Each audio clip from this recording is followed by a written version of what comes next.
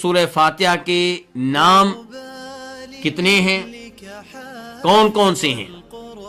تو سب سے پہلے یہ بتانا چاہوں گا کہ علماء کرام ایک اصول بیان کرتے ہیں کہ کثرت الاسماء تدل علی شرف المسمى، جس چیز کے نام زیادہ ہوں وہ چیز عظیم ہوا کرتی ہے، اس کا ایک مقام ہوا کرتا ہے، اس کی ایک اہمیت ہوا کرتی ہے۔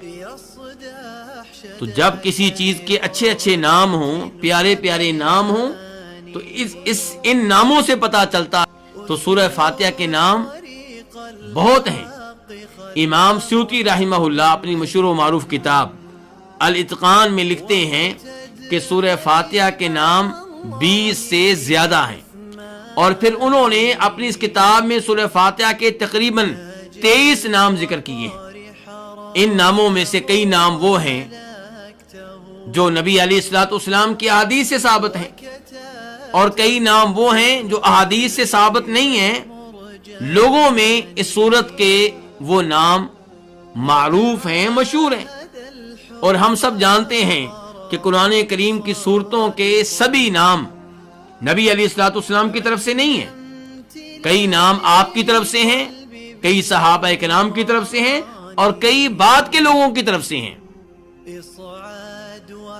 تو سورہ فاتحہ کے وہ نام جو نبی علیہ الصلوۃ والسلام کی احادیث سے ثابت ہیں، ان میں سے ایک الحمدللہ رب العالمین ہے، دوسرا السبع المثانی ہے، تیسرا القرآن العظیم ہے، اور یہ تینوں وہ نام ہیں جو ابو سعید ابن معلہ کی حدیث میں آئے ہیں، جن کا تذکرہ پہلے کر چکا ہوں۔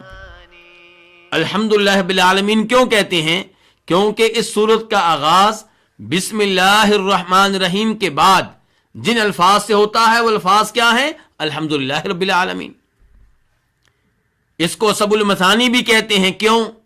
کیونکہ اس کی 7 آیتیں ہیں، اور یہ وہ 7 آیتیں ہیں جن کی تلاوت بار بار ہوتی ہے، ہر نماز میں ہوتی ہے، ہر نماز کی ہر رکعت میں ہوتی ہے، اور جب بھی کوئی شخص قرآن کریم کی تلاوت کا آغاز کرتا ہے تو سورہ فاتحہ سے کرتا ہے۔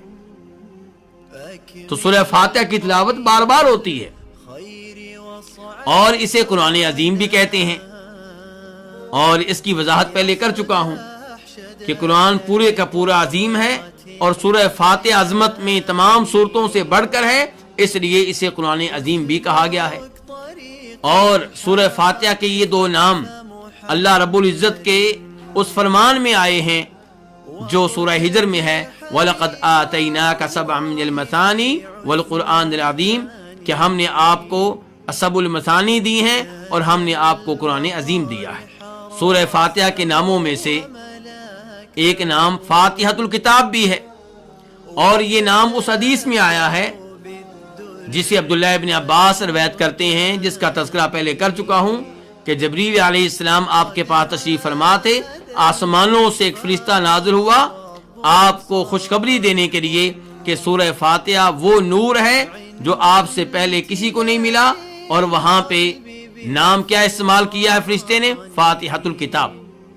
اس سورت کے ناموں میں سے ایک نام ام القرآن بھی ہے، اور یہ وہ نام ہے جو ابو سعید خدری کی روایت میں آیا ہے، جس روایت میں وہ وضاحت کرتے ہیں کہ میں نے دم کیا اس سردار کو جسے کسی زہریلی چیز نے ڈس لیا تھا۔